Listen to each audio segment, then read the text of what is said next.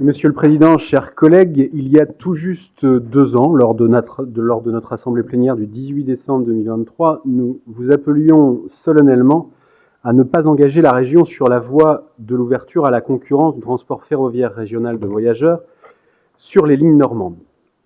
Reconnaissons-le, cet appel avait peu de chances d'être entendu. Votre attachement idéologique à la dérégulation avait, depuis longtemps déjà, scellé le sort de la gestion future de nos trains régionaux.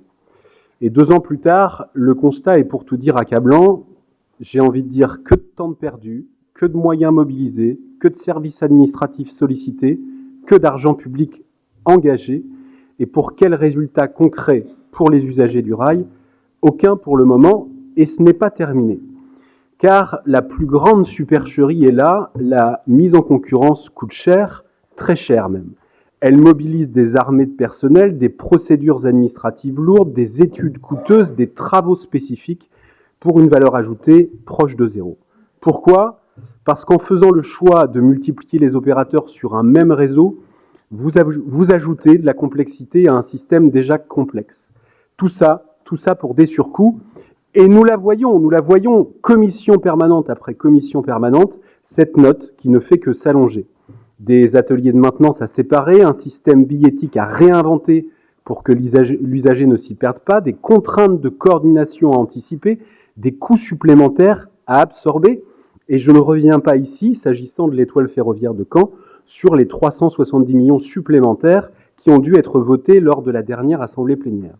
Et tout cela, c'est de la dépense publique. Et cette dépense, pour l'heure, n'améliore en rien le quotidien des usagers. Elle est la conséquence directe, implacable d'un choix politique, celui de la marchandisation du service public ferroviaire. Faut-il le redire une fois encore? Non, l'ouverture à la concurrence n'était pas une obligation immédiate. Vous aviez une alternative claire, renouveler la convention avec la SNCF pour 10 ans, plutôt que de livrer l'avenir de nos trains régionaux aux logiques marchandes.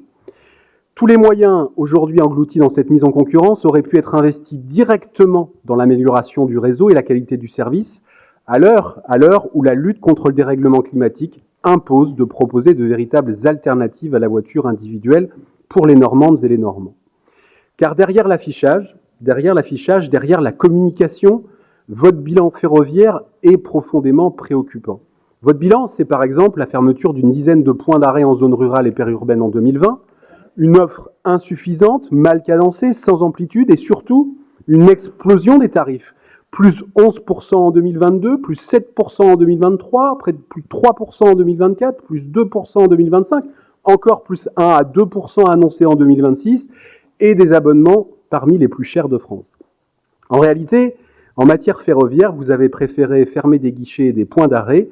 2 lignes ont même été fermées entre Le Havre et Rolleville et entre Serqueux et Gisors, avec pourtant un réel potentiel sur ces lignes, mais une exploitation désastreuse en termes d'offres. Et que dire de votre prétendu plan Marshall du rail?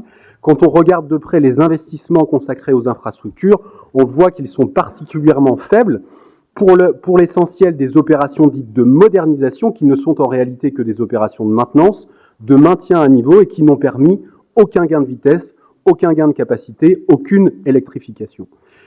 Quant aux projets de réouverture de lignes, eh bien, ils sont aujourd'hui des mots même de Jean-Baptiste Gastine, clairement, purement et simplement abandonnés, que ce soit Rouen-Évreux, Caen-Flers ou encore Gland-en-Fleur.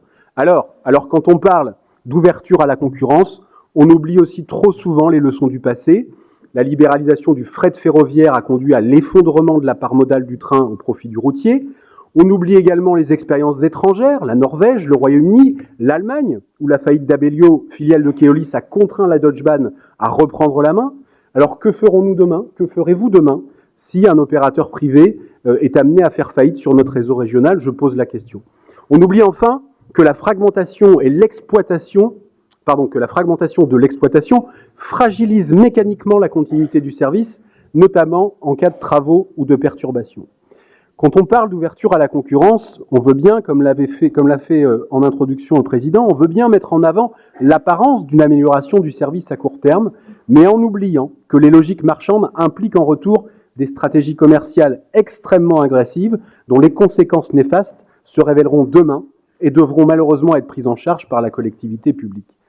Alors non, nous ne voyons pas en quoi l'ouverture à la concurrence améliorerait durablement le rail en Normandie quand votre exécutif refuse d'en faire une véritable priorité politique. En 2025, nos efforts devraient se concentrer sur un plan rail à la hauteur des enjeux sociaux et climatiques. Nous aurions pu aujourd'hui travailler sur la réouverture des haltes et des guichets fermés au cours des dernières années, travailler sur les efforts d'investissement à consentir dans nos infrastructures, travailler à l'activation du versement mobilité pour garantir des marges de financement, versement mobilité que vous refusez de mobiliser par aveuglement idéologique. On aurait pu travailler sur une politique tarifaire plus accessible, notamment en direction des jeunes, sur le renforcement des services et la présence humaine dans nos gares, sur la remise en service des lignes fermées au trafic voyageurs, sur la mise en œuvre des services express métropolitains à Caen et à Rouen. Parce que, moi j'en ai la conviction, c'est cela aussi que les citoyens usagers et les cheminots qui sont mobilisés aujourd'hui à nos portes attendent. Ils attendent une autre politique ferroviaire, mais vous ne leur proposez qu'une chose, sacrifier l'avenir du service public du TER sur l'autel de l'ouverture à la concurrence. Alors vous l'aurez compris, sur ce dossier, notre opposition fut, notre opposition demeure et demeurera. Je vous remercie.